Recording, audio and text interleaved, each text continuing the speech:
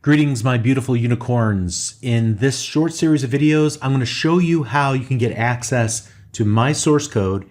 In the past, I've distributed source code using zip files, but that's so last year. This year, it's all about grabbing your code down from GitHub or grabbing my code down from GitHub, and you'll need to do that using Git, which we installed in a different series. If you need help installing it, take a look at the how to set up your development environment series, and specifically the video about Git. Okay, so you're going to need or want my source code whenever you're watching the videos. You might want to just follow along without having to type everything in, or there will definitely be times if you're following along and doing the exercises or challenges, I'm going to give you like part of the code, and you'll need to finish writing the code, and then I'll give you the solution in a separate branch inside the same Git repository. So here's a bunch of ideas that you're going to need to understand, but we're going to stop short of a comprehensive explanation of what Git is and how to use it to its fullest. We'll do that later after we learn some C#. For right now, all you really need to know is how to configure Git, just some light configuration, and then how to retrieve my work and then make your changes in the source code that you download from GitHub using Visual Studio Code and Git to grab that code down. So this video is half introduction to this little series, half introduction to Git, and then another half of how to actually configure Git. I got too many halves in there, but hopefully you get the idea. So first of all, let's talk about Git at a high level. It's a source code management tool. It allows you to share your code and the changes you make to that code with other developers who happen to be working on the same code, so you can all work together. And doesn't matter if you're working at different times in different places. Git is designed in such a way that developers can work asynchronously.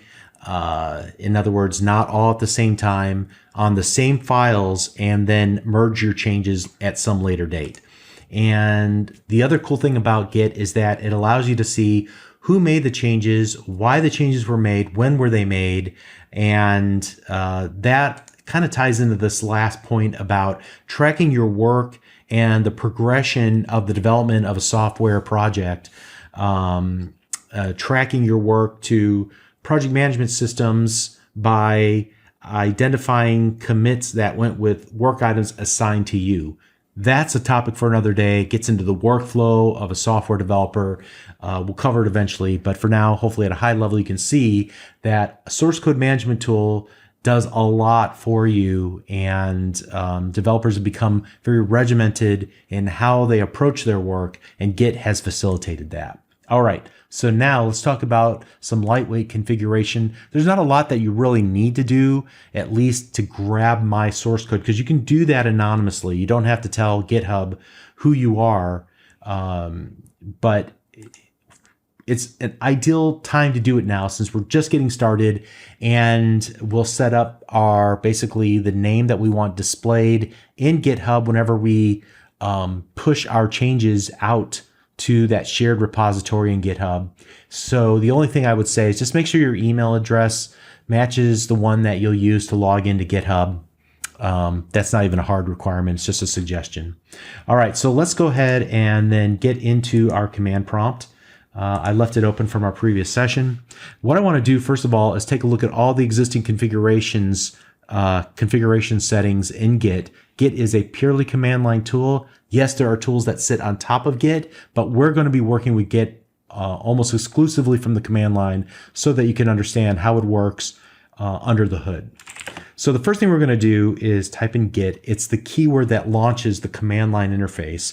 And then we're going to give it a specific command that we want to accomplish. In this case, we're going to work with the config options. Now we're going to need to set some flags in order for it to do the remainder of the work, to tell it how we want it to do its job. So we want it to list out all the existing configuration settings. All right, and there you can see that there are a number of configuration settings. Some of these were set automatically for us. Some were set based on the choices we made when we went through the installer. All right, so here let's set two specific properties that are not listed there, the username and the user email. So to do that, git config, this time we'll use a different flag. We're going to set this global setting, so this will apply across all projects from this point on, unless we specify something different on a per project basis or per folder basis or per repository basis to use Git's vernacular. So user.name, and I'll give it my name, Bob Tabor, in double quotes. You'll want to use your own name. All right.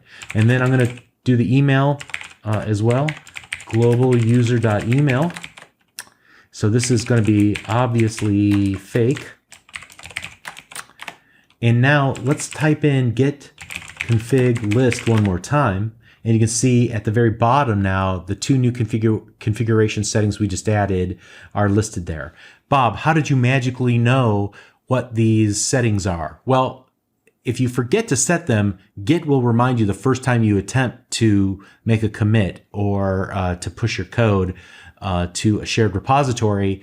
I just happen to remember that as a step we don't want to forget, because I hate being in the middle of that process and having to come back and do this first. So just getting this out of the way early on. So where are all these configuration settings stored? They're actually stored in different configuration files in various spots on your hard drive. To see exactly where every setting is stored, you can use a variation on what we've done already. So git config --list --show-origin.